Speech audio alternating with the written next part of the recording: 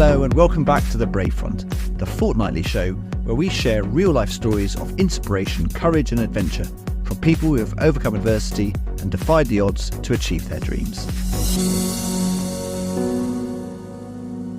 My name's Tim Bainan, and if you fancy being inspired on a regular basis or stepping outside of your comfort zone, please follow us on your usual podcast platform and leave us a review so others in need of a little motivation can find us.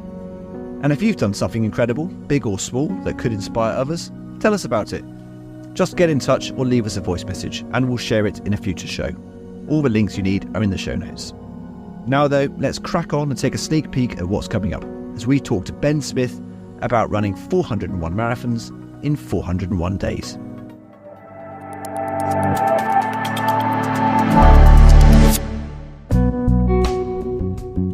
You know, when somebody's saying something to you every single day about how you act and how you behave and all of that, and it's consistent all the time, you know, you can't help but it have an effect. There was a knock at the door while I was, you know, in the process of trying to take my own life, and it almost pulled me back into my body. And this wave of adrenaline went all over my body, and I felt scared, I felt sick, I saw what I'd done. And I went to the door and I opened it, and I remember seeing nobody there. And I remember shutting it and just sliding down the back of the door and just falling into a heap of tears on the floor and just thinking to myself, you know, they weren't tears of relief, they were tears of the one thing that I thought was going to solve all this, I couldn't go through with. The goal was to raise over $250,000, and we raised 330,000 in the end, which was incredible. You know, very, very, very proud of it. But it couldn't always just be about that. It had to be about lots of other things because, you know, to start with, it was physical, of course it was, but then, you know, your body adapts to what it is that you're doing, and then it becomes very mental. So having different motivations to be able to pull on each day, you know, from, you know, silly things like, I love food, I could eat what I wanted, you know, I love people, I got to meet 13,500 people, I love to travel, I got to run within 8 miles of everywhere on the British mainland. And, you know, when you put it all together like this, it sounds like a little bit of a holiday, doesn't it? But, you know, the relentlessness, the routine of it, that was what was tough.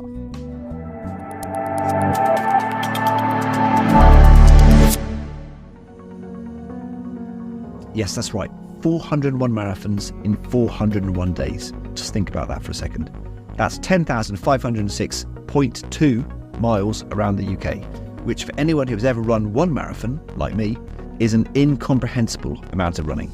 But Ben Smith did exactly that, raising £330,000 for anti-bullying charities close to his heart. Indeed, the 401 was a challenge born out of adversity. Ben was himself a victim of bullying, having been relentlessly harassed at school and having felt trapped in a lie of a life that saw him twice attempt suicide, and which saw him hide his true identity as a gay man from everyone, including his wife. The 401 challenge, though, took Ben on an unforgettable journey over 2015 and 2016, the stats of which are quite incredible. In total, Ben ran with 13,500 people, 600 of whom joined him for their first ever marathons. He took in 309 towns and cities. He ran for an average of 5 hours and 21 minutes every day, climbing over 440,000 feet. He lost 17 kilograms in weight, fractured his back, and he had 3 colds. Today though, 8 years after the end of the challenge, the legacy of those 401 days goes on as Ben's foundation continues to raise money for charity, and Ben delivers inspiring talks to children and adults around the world. So having read Ben's book and been blown away by the scale of the 401 challenge, it was an absolute delight to sit down with the man himself to find out more about his incredible life and the adventure that is continuing to change lives and inspire others.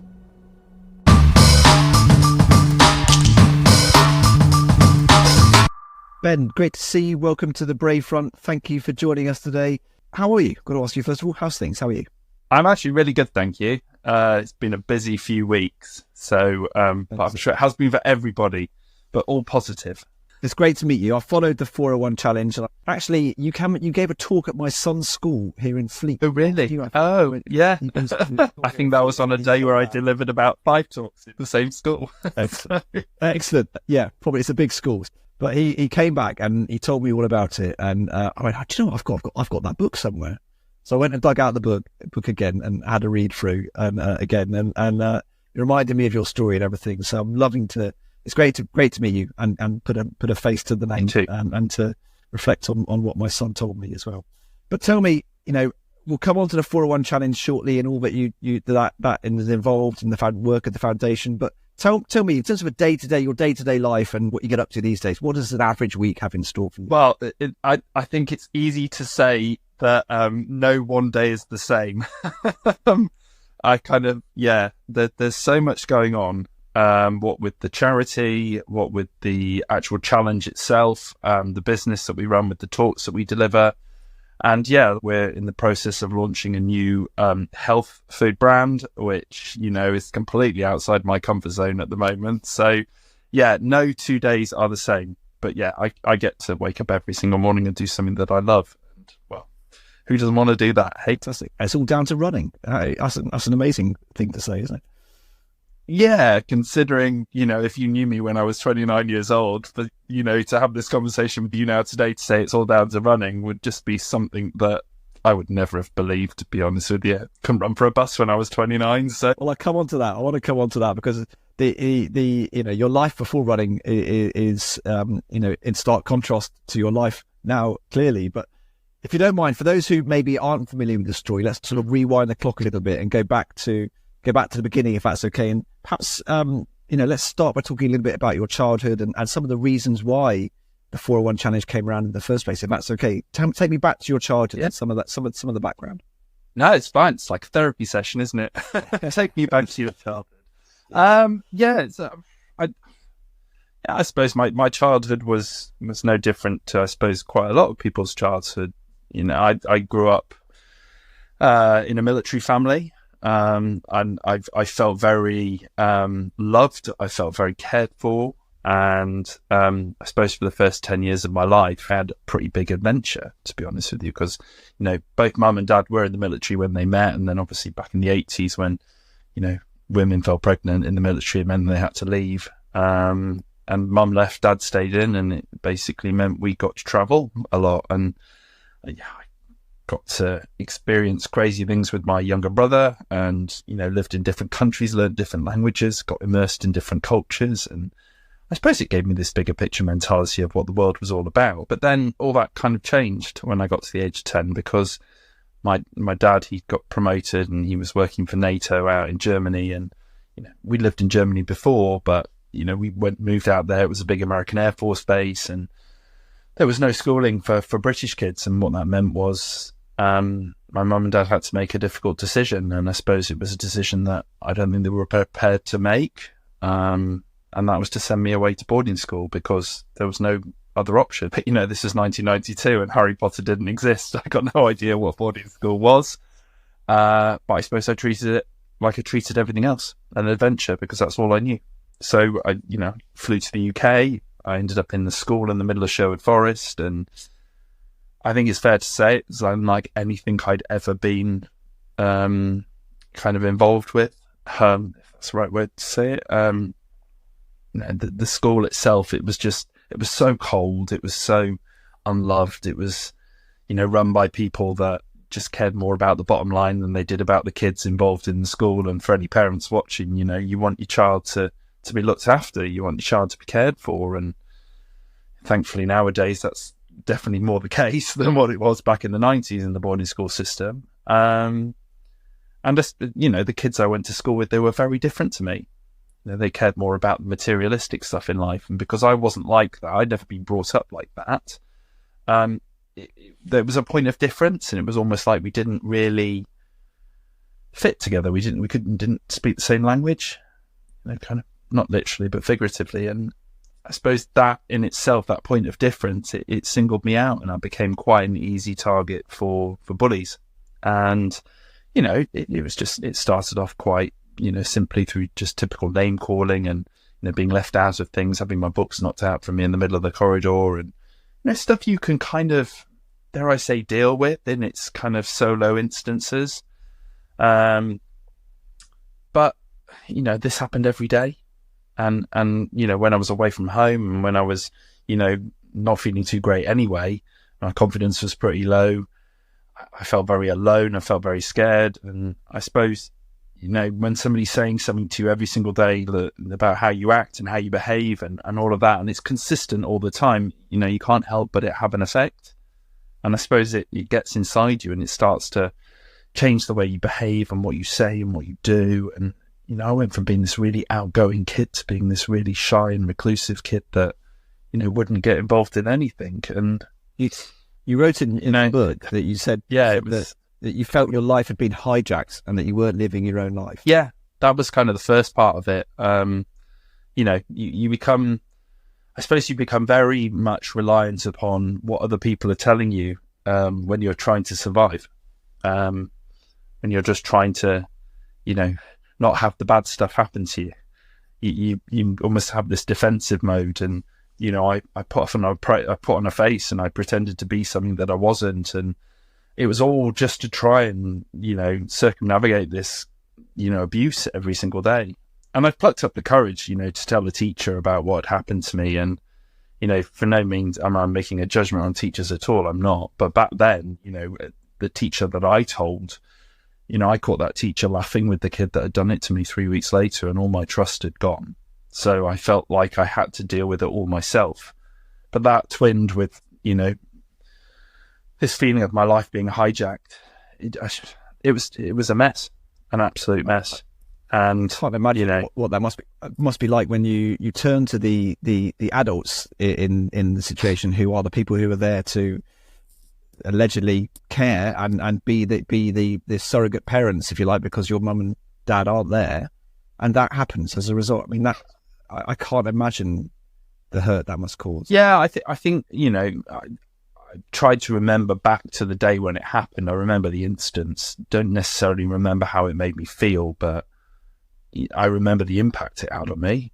The fact that I felt like I couldn't trust anybody. And, a lot of people say to me all the time, well, why didn't you say something to somebody? Why didn't you speak up? And that's what everybody wants everybody to do, isn't it? Whether you're a parent thinking about your children or whether or not, you're in a situation, we're constantly told to talk about it. But it was almost like I did.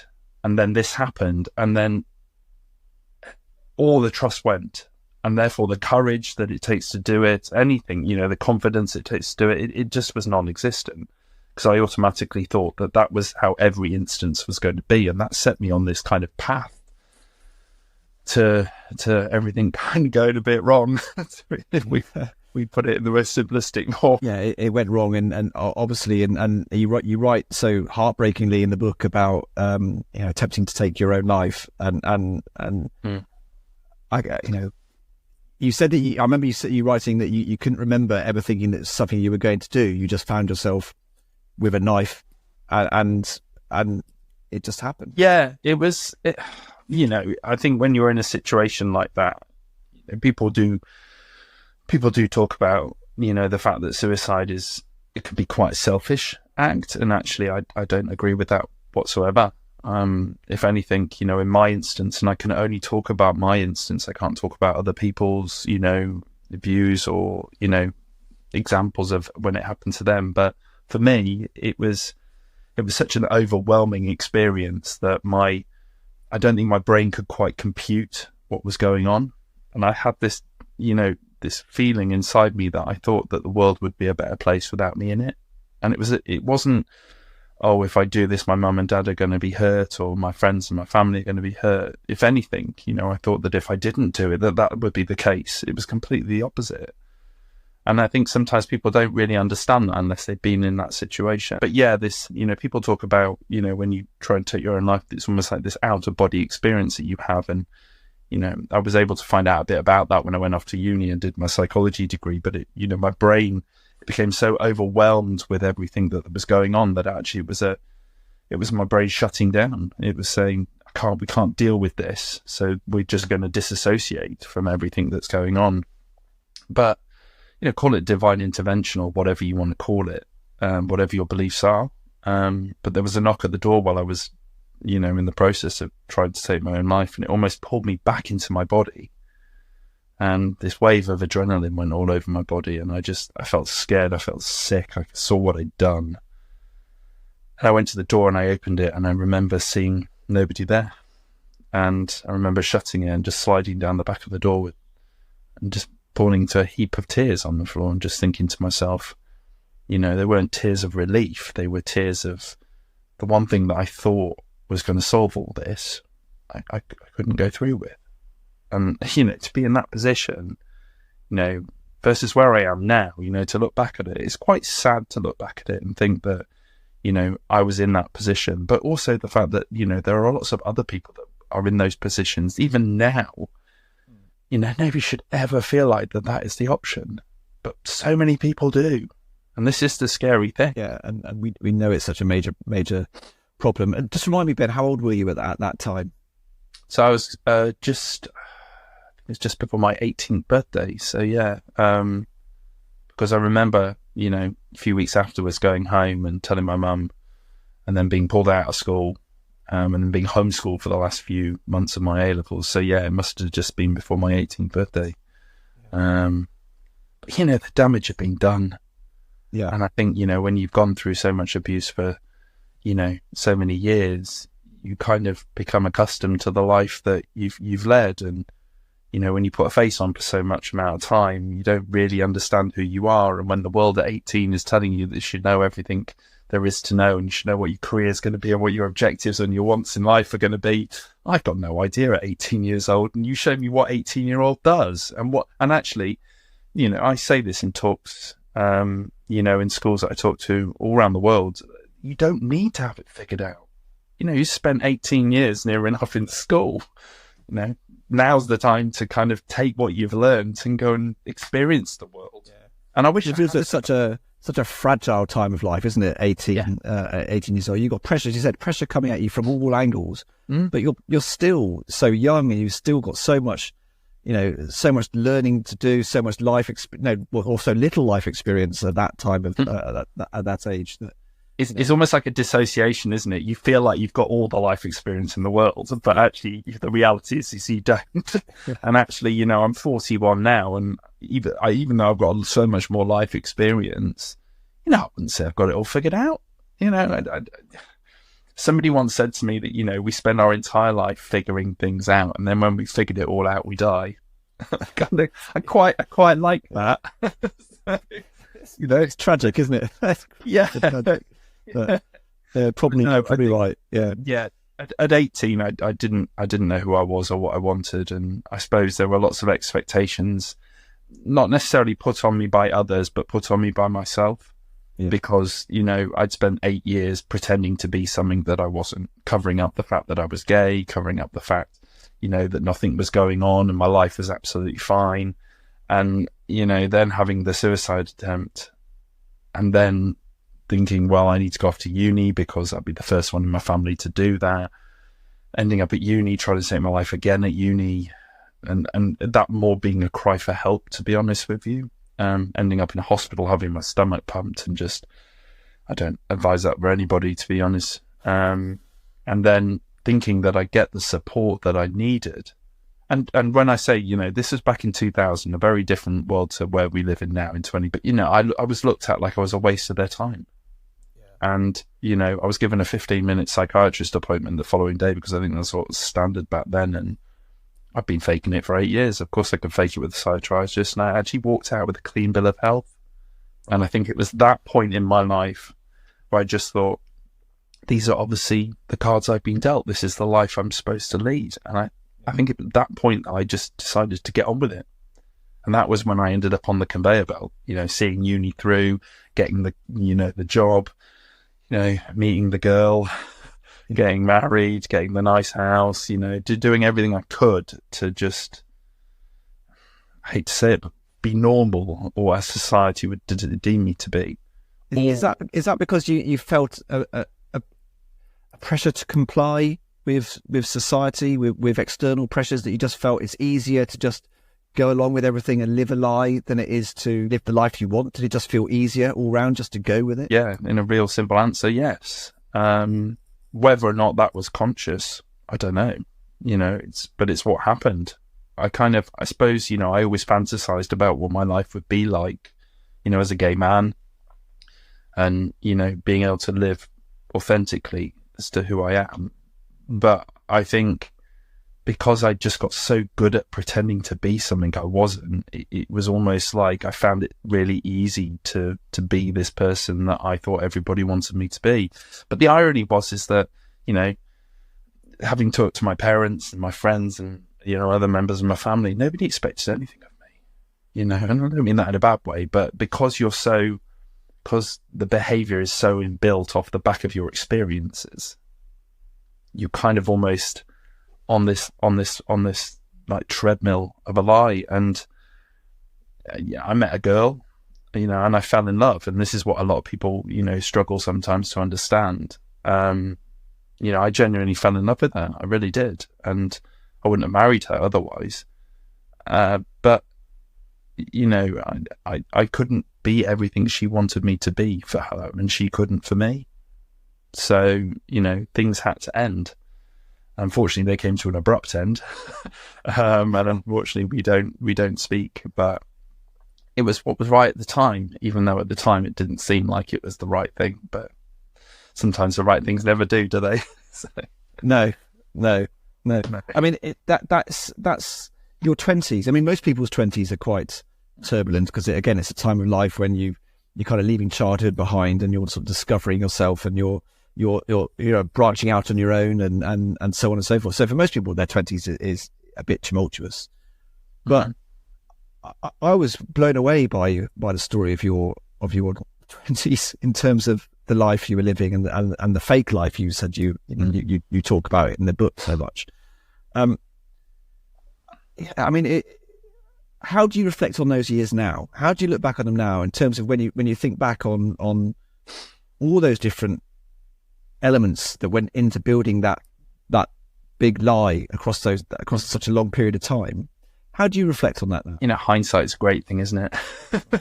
You know, you wish you could wave a wand and say, you know, I wish none of it had happened. But actually, you know, I am the person I am today because of what happened and because of, you know, the experiences that I had in the past. So I haven't always felt that way about it. You know, a lot of therapy's been required to figure that out. And you know, that kind of almost that congruence that I feel now, you know, the fact I don't mask who I am. You see me for what I am, and that's it. You like it or you don't. It doesn't bother me. But yeah, thinking back to the fact that I created this whole other life, you know, that then obviously abruptly changed at 29 when I had my TIA. I can't imagine being in that life now versus where I am now. You know, not in the sense of what I've achieved, but with the fact that, you know, I'm married to a guy who I love to death, and I live an amazing life. You know, we're not rich by any means, you know, but we're rich in everything, you know, in our experiences and in the happiness that we have. And I'd still live in the same town that I lived with my ex-wife. And, you know, I remember driving into the town that I live in, you know, when I was with my ex-wife, thinking to myself, oh, I wonder what it would be like, you know, if I was gay or if I had this other life. And it was almost just like a fantasy. It was almost like something that just seemed so unachievable and unreachable. And I was okay with that. I genuinely was. And, you know, it wasn't like I wasn't happy. I was happy. You know, I was content with the life that I had. Presumably there was always a what if question. Yeah. Hanging. Yeah. But then again, you know, I think we all have that. I think we all have it, you know, or what if I was this, or what if I did this? And okay, you know, there was a complete disparity between the fact that, you know, I was gay and covering up the fact that I wasn't, you know, so that needed to be dealt with. And unfortunately, it took a pretty life-changing moment to figure that out, which I wished probably hadn't have happened, but, you know, it did. I can't change it. All I could change was, you know, my situation and where I was at the time. But, you know, having this big life-changing moment, you know, with the network of people around me built for the life that I had, how do you go from that to, you know, figuring out something that you don't even know exists? It's difficult. Yeah. It was interesting reading the book and sort of especially those years, your childhood and through your 20s. It struck me that so much of your life was driven by choices, either made for you in terms of things like school, or that you made for yourself in terms of things like hiding your sexuality. And how do you feel now about decision making, about making choices? Is that still can't make a decision to save my life? Let's be honest. I don't think you just suddenly become better at it. I'm definitely a procrastinator at times, but tell me who isn't. I think the difference between the decisions I make now versus the decisions I made before, the decisions I make now are based on me being congruent, me actually not pretending to be something that I'm not. Even in the decisions of actually doing the big challenge, which I know we'll talk about in a bit, but what had to happen was I had to come to terms, and I know people think it might sound that's a bit dramatic, but I genuinely had to come to terms with who I am as a person, because I spent so much time shoving it down inside, so much time looking at it negatively. There was complete internalized homophobia. I felt that 100% because I'd taken the experiences that other people had put on me, and then they became my views. And actually, there was no love for myself. There was no, kind of like, oh, you could be happy in that life. So coming to terms with that, seeking therapy, dealing with that, had to happen before any of the bigger decisions afterwards, took place. And, I feel like I've been very lucky. I really do, because I know life is a series of choices, of course it is, but these choices have come up at particular times and the support has been there for me. And the sad thing is, you'll understand this from the industry that you work in, it's not always there for people. And that's when people slip through the cracks, or, for every success story like mine, there's 50 to 100 others which we should never hear of. Absolutely. Listen, tell me a little bit about those life-changing moments. I'm trying to sort of build up to the challenge and half got you there. But tell me about coming out, and tell me about the TIA, which I can't remember what it stands for now, but I know it's a mini stroke. Yeah. Tell me about those two life events. Yeah. So the TIA came before the coming out. The TIA happened when I was in my old job, quite a high-pressured job, and it was at work, and unfortunately I lost my sight and my hearing and the ability to use my left arm and my ability to speak. And I ended up in the Bristol Royal Infirmary in the centre of Bristol City, where they told me initially that they thought I'd had a stroke. But thankfully my symptoms wore off, and that's when they downgraded it to what they call a transient ischemic attack, which is an incompleted stroke, a mini stroke. And, it kind of dawned on me about 3 weeks later, sat in a recovery unit, surrounded by people that have been far less fortunate than me, how lucky I'd actually been. And I think that was the point. Some people say, oh, it's your eureka moment, that's your kind of light bulb moment. But that was the moment of realization where I just went, okay, maybe I've been doing this wrong. But, again, hindsight. And I was very disillusioned with my life, because at 29 years old, I was 18.5 stone, and I was a 40-a-day smoker and drank myself under the table every single day. I was obviously covering up who I was as a person, working, in a very well-paid job that gave me everything you could imagine, but actually working 80, 90 hours a week in that, not exercising, not eating properly, drinking near enough every day. And when you put it all together like that, the mixing pot, something's going to happen. Of course it is. And just so happened for me, it was this. For others, it's other things. But like when it dawns on you, it's not like the movies, or at least it wasn't for me. I kind of almost expected, oh, I've realised this, therefore I'm going to have all the answers in front of me. But they didn't come, because this is real life. You almost like you realise now, it's like this almost reality has shifted from a fantasy to actual reality. Like, I can't live like this anymore, but you've got no idea on how you're going to live. So you become more frustrated, more angry, more, and that's what happened. And it almost set me on this kind of path to the only solution was to come to terms with who I was as a person, who I am, as a person. And that involved me figuring out that I could be a gay man, and then having to tell my ex-wife that I was gay. And that was difficult because, we got married thinking we'd spend the rest of our lives together. And, it wasn't through any fault of her or anything like that. It was just suddenly my realities were changing, and she was no longer in that. And I couldn't do for her what she needed, and she couldn't do for me. And we both deserved to be happy. I just didn't know what mine looked like. So, we got divorced, and then I had to kind of come to terms with, being a gay man, and that involved a lot of therapy. And, I plucked up the courage to, tell a few friends. And the irony was is that nobody gave, excuse my French, but two shits. They don't care about, any of it. And actually, because what I started to realize was that it was everything that I put on this was me. Yeah. I built this whole negative aspect around being gay, and actually nobody cared. And the funny thing was, is when I came out to my mum and dad, they live in Lincoln, which is about a 3.5 hour drive from Bristol on a good day. But this time it took me 8 hours to drive to Lincoln from Bristol, because I stopped at every service station. I smoked a packet of fags near enough at every service station, because I was still smoking at the time. And I got home. My brother, who just ended his professional rugby career, he got his first job, and he was on the phone to mum and dad, and he was on the phone for a couple of hours. So I built this whole thing up in the car getting home, and I end up at home, and finally they come off the phone, and then I take him into the living room, and I spent probably 15 minutes just building this thing up. It's like I'm almost telling her I'm going to die. It was that dramatic.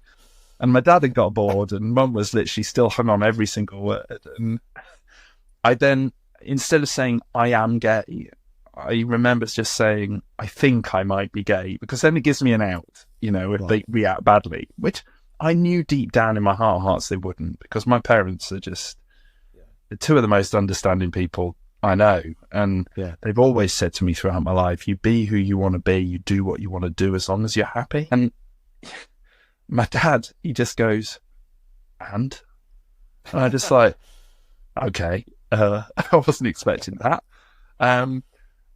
And then my mum, she starts crying, and I just think to myself, oh God, I thought you were going to be the understanding one. But then she just turns around and she says, I'm so happy. I'm just proud of you. I love you. And then she just jokingly says, well, now we can go to Gay Pride and we can go shopping. And, and I'm like, but, and then obviously there's a few jokes and stuff just to ease the tension and stuff in the room. But waking up that following day, it was weight off your shoulders. There was nothing there. Yeah. But then not having that weight on my shoulders, not having to cover up who I am every single day, the energy that gives you, that frees you up, I had to channel it into something else. Which segues us into running, I'm assuming. So, is that fair enough? The driving force to take up running? Well, it was a friend of mine that forced me to take up running. Like I said, I couldn't run for a bus when I was 29. My experiences of sport growing up at school were just, anybody that did PE back in the 80s and 90s will understand. I understand completely. I didn't start running until my 20s, and I hated it at school. The cross-country course at school was like my worst nightmare. I hated it. It was like child abuse, isn't it? I remember with my PE teacher, if you used to, forget your swimming trunks, to go to the swimming pool, he'd make you swim in your pants. Could you imagine doing that nowadays? Or you'd be outside running in the freezing cold, it'd be snowing, and you'd be out on trails with no other person in sight. There's no health and safety risk assessments at all, any means. But so and also a lot of my bullies were sports people too. So I'm not suggesting that is the case, but for me at the time, I wouldn't put myself in positions where I was going to be attacked. So I took all of that negative experience, as we do in adults, and anybody listening to this, think about it. We take our past experiences and we bring them into life, and how we talk to other people about it, how we talk to our kids about it, and it's almost like this never-ending circle of negativity. And for me, I was always that person that was just like, I'm going to do this, I'm going to do that, and I never did. And I just moan about everything, and it would never be my fault, and it was always the world. Everybody else was against me. And I think this friend of mine, we were sat in a pub in South Bristol, having a pint of cider, which you do down here. It's one of your 5 a day. And she just got sick of me. She said, I've had enough. Shut up. And obviously, sorry, what? She said, just shut up. And I said, what do you mean? And she said, you had this massive life-changing experience a year ago, what have you actually done with your life? And now, I don't know whether or not you or anybody listening has ever had somebody have a go at you, but, the natural human response is you put your barriers up and all the excuses start coming out, don't they? And this is what happened. And about 45 minutes this lasted, and, she could have gone for another 45 minutes, but I was done. And I just turned around to her and I said, what do you expect me to do about it? And she went, I'm glad you asked. Why didn't you come and join my running club? To which, I'd taken a sip of my pint of cider and then spat it out all over her, because me and running, nah. I used to be the guy that used to drive past runners with a fag hanging out the car window thinking they're a bunch of weirdos. And, so for something like that, from my experiences of sport when I was younger, it just seemed so foreign in the sense of, how could this become the solution to all the issues and challenges that I've faced? But, turning up at that running club in South Bristol, which, by the way, started and ended as a pub, best running club in the world. Excellent. And you get a free pint after your first run. So, hey, eased you in. I went in baggy tracksuit bottoms and a baggy tracksuit top, and I thought I put my hood up, and if any of my mates see me, it was like I was going down the shop for milk. And I had all those horrible feelings, like they're going to laugh at me, I'm going to get left behind, my heart's going to beat so fast I'm going to die. But, I went in and I paid my 50p, and I turned around, and there's massive sea of runners, and obviously there were those runners, the tall, lanky ones, and it's -9 outside, and they got vests and shorts on, and they've got legs above their heads, stretching beyond any human ability. And I'm sat there thinking, I'm just looking for people that look like me. And, I saw a group of them in the corner, and they turned out to be the Couch to 5K group. Right. And I went over and I asked to join them for the night. But again, this is my life, and they were doing the 5K that night. So okay. I ended up going from Couch to 5K in one night. In one go. Yeah. But it was the pain that I felt when I got back. And it sounds sadistic, I know, but it was the pain that I felt that made me realise how numb I'd been for so many years. And it was that made me go back. And I just went back week in, week out, and just those little steps, building the confidence, going a little bit further, going a little bit faster, not all the time, obviously, and I'm never ever going to be elite. But, I found a sense of community. I found a sense of love and support, non-judgment that I never thought I was ever going to find in something that was so abusive to me when I was younger. And that twinned with dealing with the stuff with the counsellor and, all the different other aspects of my life that were all just kind of coming together. It was like I was ridding myself of all the negativity that I've been taught for so many years, and just started to fill myself with all the things that, I wanted out of life. And it was almost like therapy.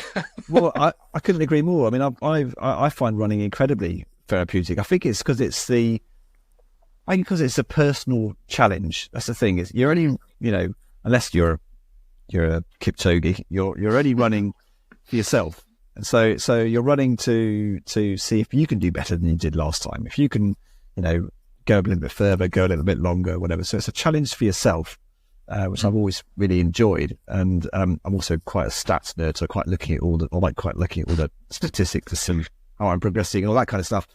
But I also like when you're part of a club, that feeling of being part of something bigger, I think is also, it really helps to sort of push people on, no matter what your level. And I'm certainly not certainly not at your level in terms of, I've only done one marathon, not 401. But I think that's, for me, it's all about personal challenge, and then that group dynamic of being in a group of people who have a similar mindset, and everyone just wants to, you just feel that sort of camaraderie and that whole sort of togetherness that you get from running. Yeah, and I think, it's important to realise, isn't it, that, running isn't for everybody. You take my other half, my husband, for instance, he hates running. He does a 5K every week because he has to, because he feels like he has to, I don't force that on him, by the way. But he ran the London Marathon with me, and I remember crossing the finishing line with him, and he went, I'm never doing that again. So he likes his own thing. He does his own thing. And I think this is what's important for people to realise, is that for me, it's been running. For you, it's running. But for others, it could be other things. And it's about finding those things, finding those outlets, those ability to kind of file your time. I call running my filing time, or I used to. I don't call it. It's not anymore running. I'm sure we'll get onto it, but running for me now is very different to what it was before. And in fact, that I've actually stepped away from it for a little while. And now I do other different things because, it was what it was for me at the time, and now it isn't. And I think it's also important to realize that those things can change throughout your life. But yeah, that fighting time, that ability forever. That's going to be sometime where you think, hang on. Yeah, it would result in divorce. That's what it would. Yeah, indeed, definitely would. So tell me about the 401 challenge. Tell me where the idea came from, and why 401? Why not 301 or 501? Yeah, well, I wish there was significance, but there isn't. I wasn't born on the 1st of April or the 4th of January or 1 minute past 4 or, I suppose the 401 simply came about because there have been obviously claims of more marathons back to back being run, but the ones that we could corroborate was one every day for a year. So we simply rounded it up. And, in my previous job, I was quite stats based and I love numbers. So we simply rounded it up to 400. And I went off to America and actually tried to figure out whether or not I could run back to back marathons. And I got to meet this amazing guy called Larry Macon, who is, I believe, the current world record holder for the most amount of back-to-back marathons run in the world. He's done over 2,000, I think, at this point. And I remember, you want to tell this guy what you're going to go and do because you want his opinion, you want his advice, because he knows more than anybody in the world what this would be like. And he, in his typical Texan attitude, was, yeah, this is awesome. This is amazing. Go for it. Why don't you add a victory lap? I thought, the British sensibility in me was like, oh, no, I can't. That's very American. And then the more I thought about it, I thought, do you know what? Oh, it's a good idea. So that's where the 401 came from. It was in April 2015 that after coming back from the States, that's when, I'd made the decision. And then I had to make a load of other decisions about, well, I can't, do I give up my job? Because I was still in the same job, earning a lot of money and, Life O'Reilly and golden handcuffed, final salary pension scheme, which, don't exist anymore, So a lot of people thought it was sheer madness to give all of that up, but I didn't view it as giving it up. I viewed it as just moving my life into something else. So I sold my house, I sold everything I owned. We bought a camper van, surrounded myself with a small team of people, which included my mum and my dad, who... he looked after the logistics, turned Mum's dining room into operational command, and he worked with running clubs all around the country who actually planned the routes for us when we were in those areas. Because who better and who knows their area better than a running club? And, it meant that we could have people come and join, which was great. And that worked out really, really well. We had quite a few running clubs that were like, oh, we're really sorry we didn't plan much for you because we didn't think you were going to get here.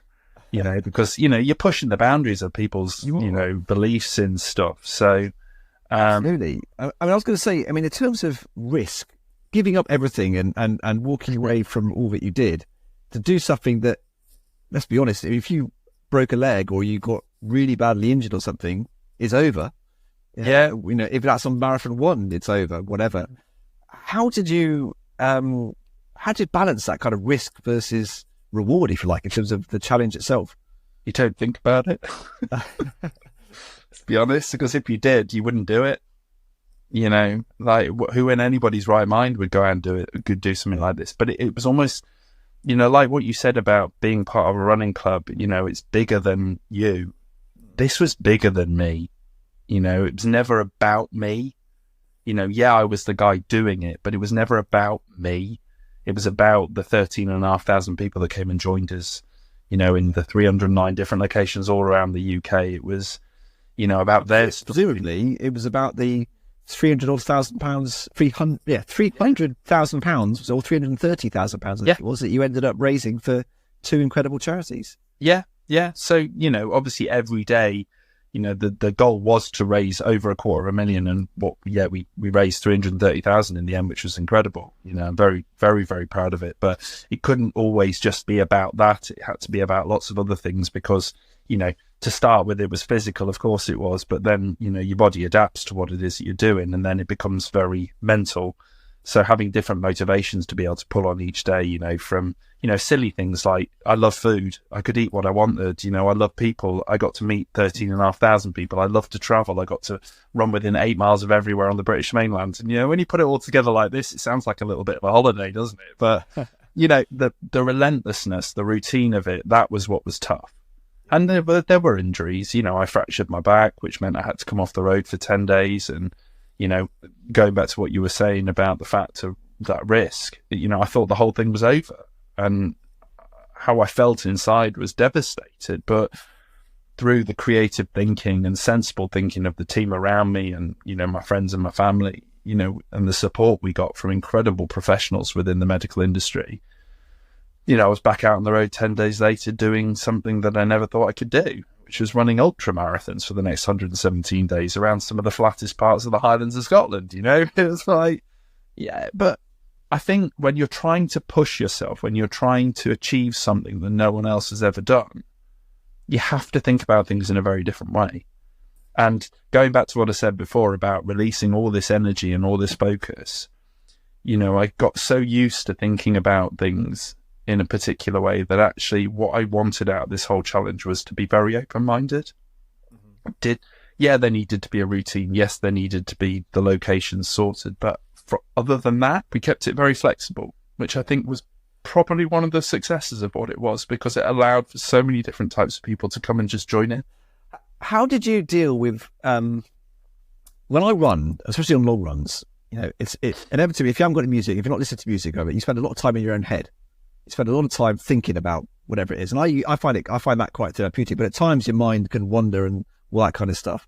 How did you, for all those hours and hours and hours that you must have been running, did you always have a clear mind? Did it help? Were you always focused, or did you use the time to kind of just let your mind wander? What was going on? I don't think I've ever had a clear mind in my entire life, to be perfectly honest with you. But I was very lucky. I was only on my own for 3 days of the Horo one. The rest of the time I had people around me, sometimes for only a half or, maybe a quarter, but the vast majority of days I had people with me. And,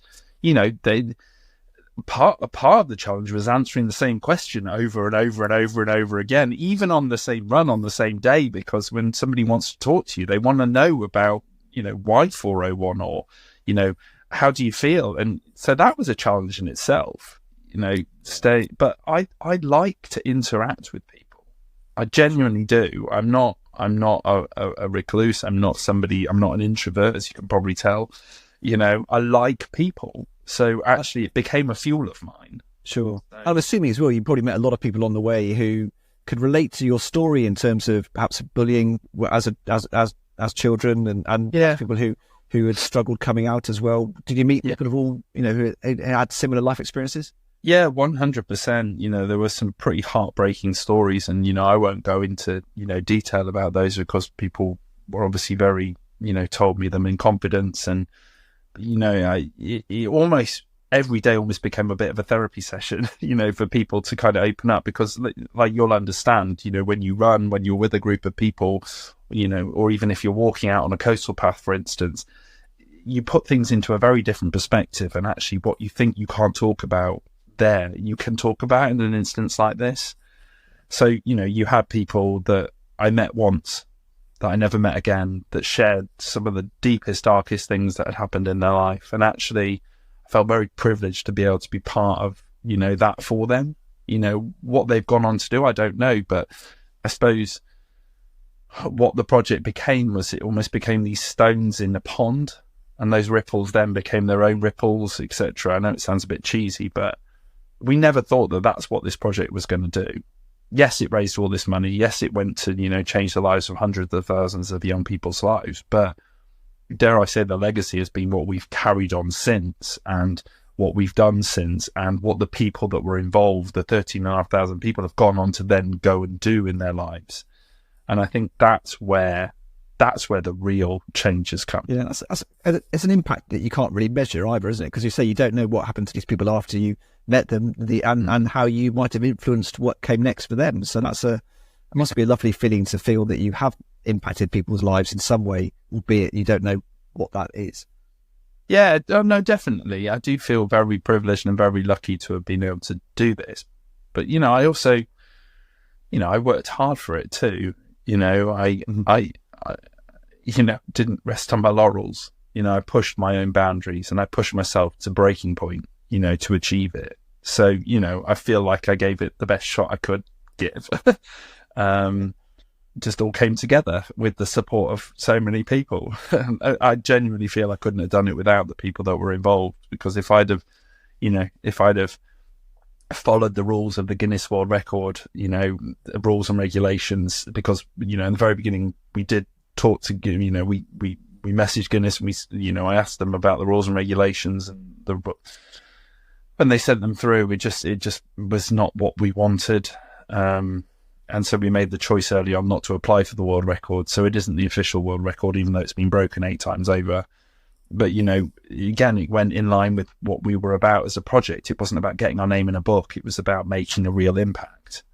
So yeah, for me, it was everything I wished it would have been. And I'm incredibly proud of it. I'm incredibly proud of the people that were involved in making it happen. I really am. Sure. Well, you changed my life forever. I think I missed you actually when I think you ran through Basingstoke on a day when I was Basingstoke. Yeah, amazing. Yeah. So I worked very close to East Drop Park, and I think you ran through East Drop Park, if I remember, because one of my colleagues is also a runner. Or it might have been War Memorial Park, one of the 2 big parks in. It was the War Memorial Park. I remember that one. There you go. Yeah. There you go. And my colleague had said, you've got to come and see this guy. He's running 401 marathons. And I was out of the office on that day. I was like, I'm not going to be there. I'm going to miss him. So I missed you when you came through Basingstoke. So my one opportunity to come and see you, even though I am from Bristol as well, so I could have come to Bristol to see you. But as you really? So God, missed you. Oh, fantastic. But tell me about the 5th of October 2016 when you crossed the finishing line in Bristol. What were the emotions like on that day? It must have been a bit overwhelming, I imagine. Well, the irony is that I literally, if anybody watches the actual video of the crossing of the finishing line, you can almost see me take my phone out of my hand and put it down into my pocket, because my other half was ringing me, asking me where I was, because obviously we've got all the pain and everything, and we were having a bit of an argument. And then obviously you cross the finishing line and you hug, and it's like, yeah. So yeah, obviously, the reality of what happens versus, what actually happens. But yeah, that final day, I think I was quite anxious going into that final day. Not because I didn't think I'd be able to do it, but, we built that final day up, and it was an opportunity for so many people to kind of come and just join in. We thought, we don't know how many people are going to turn up. I thought we could have this vision of we knew a lot of media was going to be there. And have this vision of all the media there, but nobody turning up. And little old me just having to go for a run. And I remember driving the camper van into the middle of Millennium Square, which is in the centre of the city. And the security guard, asking me, what year for? And, it was completely and utterly, and then we're having to set everything up. And then people just started arriving. And honestly, we had over 800 people run with us on that last day.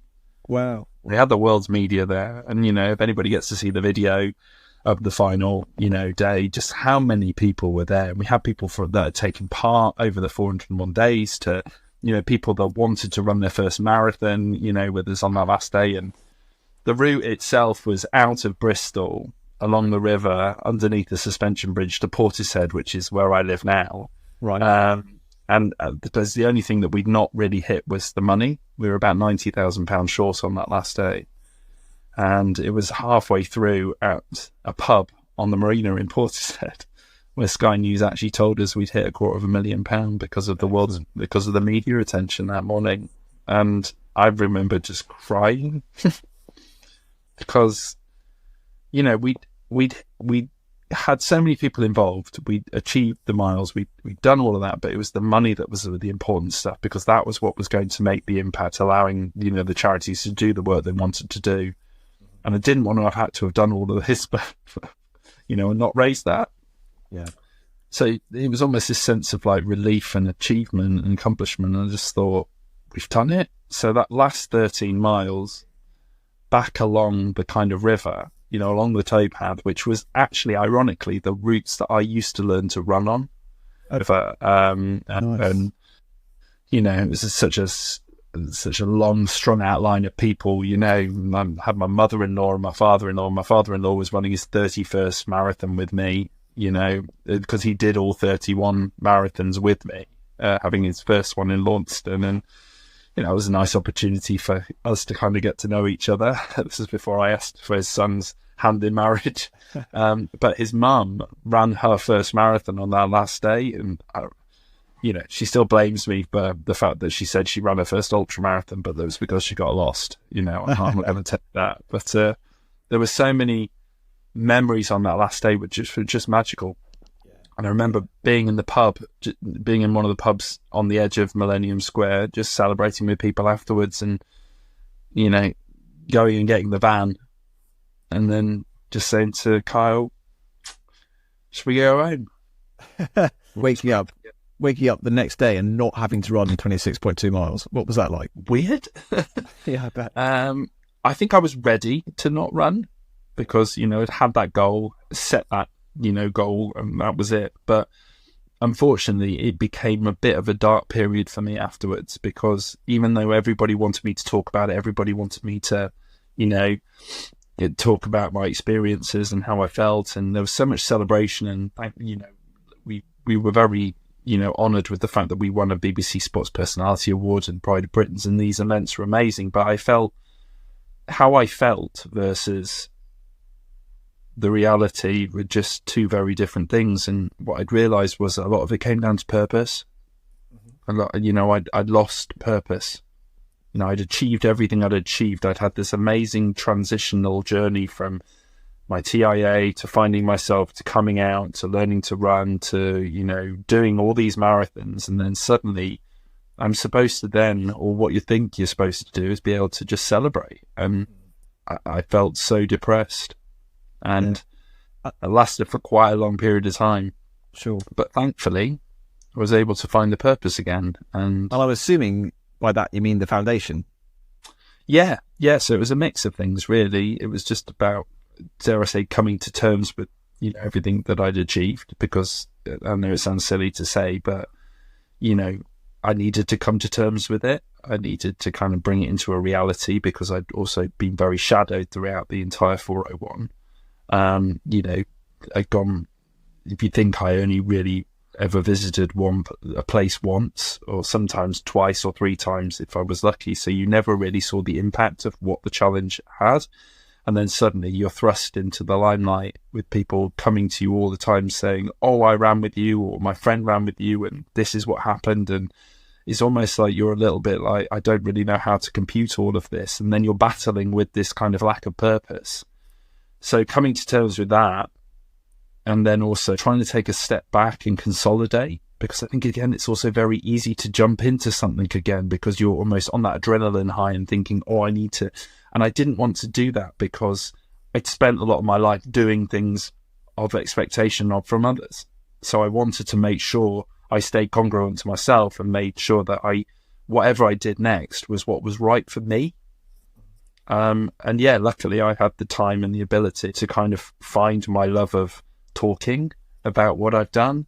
And what to date, we've spoken to over 280,000 people, over 700 talks across all 5 continents of the world. And I get to share my story. And, you know, I really enjoy doing that.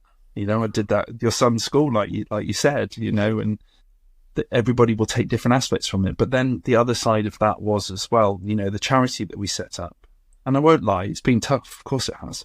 And it's still tough because of the economic crisis now, but because of the pandemic that we've had. And, you know, we started from scratch. We didn't have a trunk load of money to throw into it, you know, and there's still a lot of uncertainty around it. But, you know, we're doing the best job that we can. and I'm still enjoying it, which is good.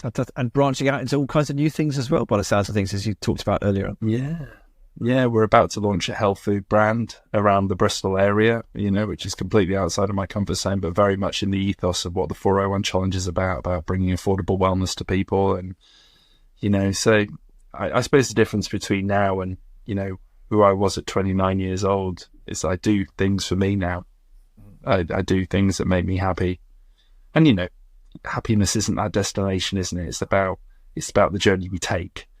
And I think that's one thing that I'm starting to kind of realise in my wise old age of 41 years old. As long as I can wake up every single day and use that internal compass within me to do the things that are right for me at that time, then, that's all I can ask of myself, really.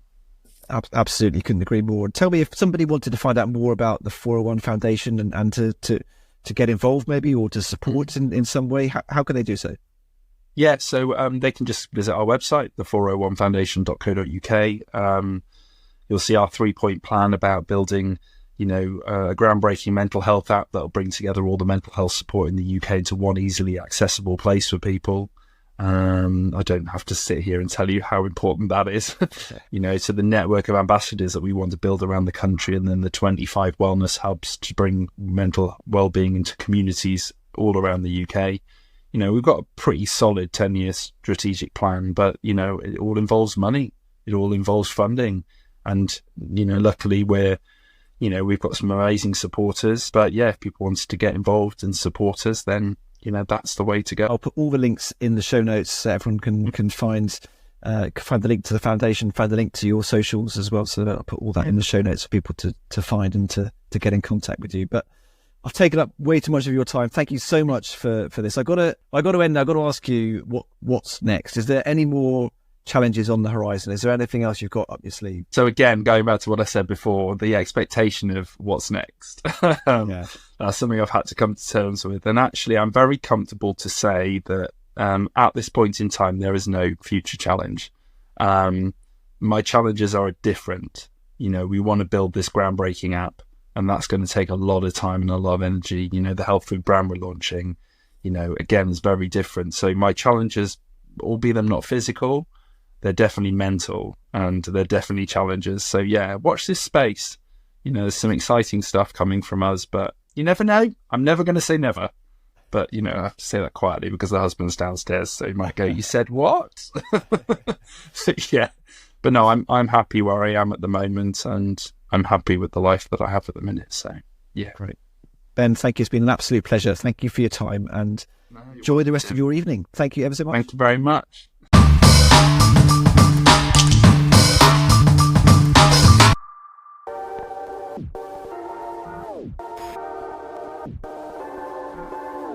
That's it for this episode. Thanks to Ben Smith for so bravely talking about his life before running, and for inspiring so many runners like me to try a little bit harder the next time we do Park Run.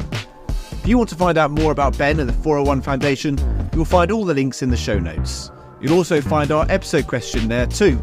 And this time, in keeping with Ben's story, we're asking, have you ever been bullied? And if so, what impact did it have on you?